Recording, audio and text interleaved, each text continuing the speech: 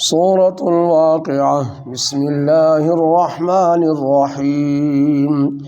إذا وقعت الواقعة ليس لوقعتها كاذبة خافضة رافعة إذا رجت الأرض رجا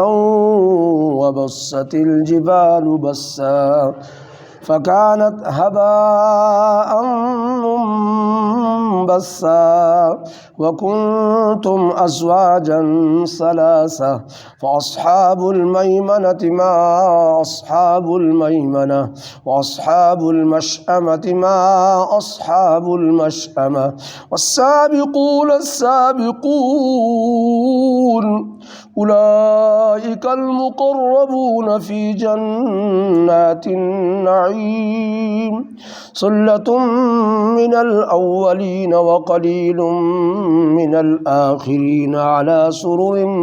موضونة متكئين عليها متقابلين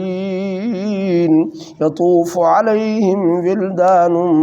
مخلدون بأكواب وأباريق وكأس من معين لا يصدعون عنها ولا ينزفون لا يصدعون عنها ولا ينزفون وفاكهة مما يتخيرون ولحم طير مما يشتهون وحور عين كأمثال اللؤلؤ المكنون جزاء بما كانوا يعملون لا يسمعون فيها لغوا ولا تأثيما إلا قيلا سلاما سلاما وأصحاب اليمين ما أصحاب اليمين في سدر مخضود وطلح منضود وظل ممدود وماء مسكوب وفاكهة كثيرة لا مقطوعة ولا ممنوعة وفرش مرفوعة إنا أنشأناهن إنشاء فجعلناهن أبكارا عربا أترابا لأصحاب اليمين ثلة من الأولين وثلة من الآخرين وأصحاب الشمال ما أصحاب الشمال في سموم وحميم وظل من يحموم لا بارد ولا كريم إنهم كانوا قبل ذلك مترفين وكانوا يصرون على الحنث العظيم وكانوا يقولون أإذا متنا وكنا ترابا وعظاما أإنا لمبعوثون أو آباؤنا الأولون قل إن الأولين والآخرين لمجموعون إلى ميقات يوم معلوم ثم إنكم أيها الضالون المكذبون لآكلون من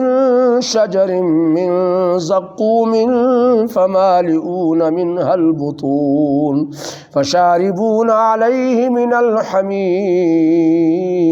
فشاربون شرب الهيم هذا نزلهم يوم الدين نحن خلقناكم فلولا تصدقون أفرأيتم ما تمنون أأنتم تخلقونه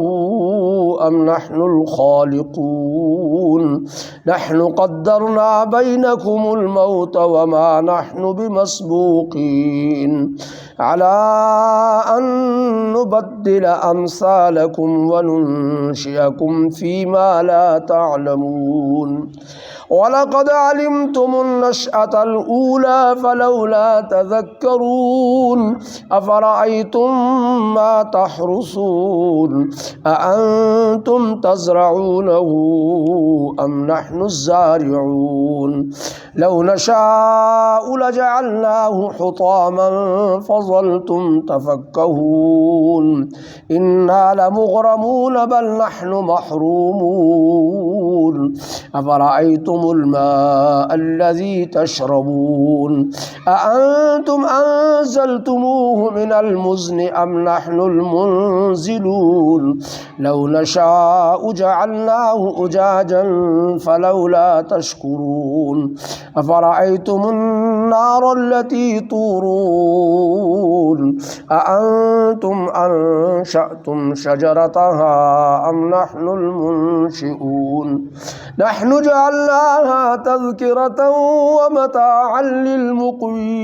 للمقوين فسبح باسم ربك العظيم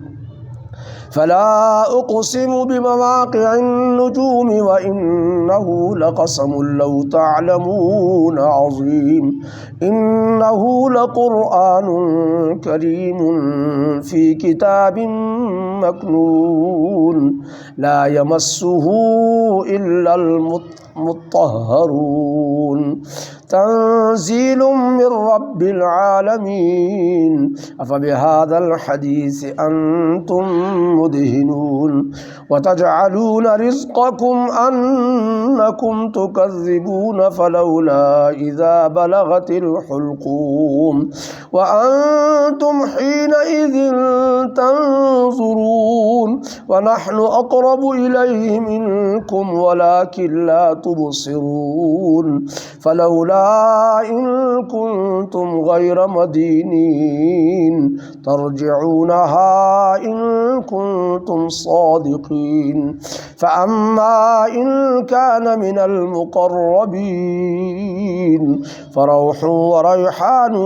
وجنة نعيم وأما إن كان من أصحاب اليمين فسلام لك من أصحاب اليمين وأما إن كان من المكذبين الضالين فنزل من حميم وتصلية جحيم إن هذا لهو حق اليقين فسبح باسم ربك العظيم صدق الله العظيم.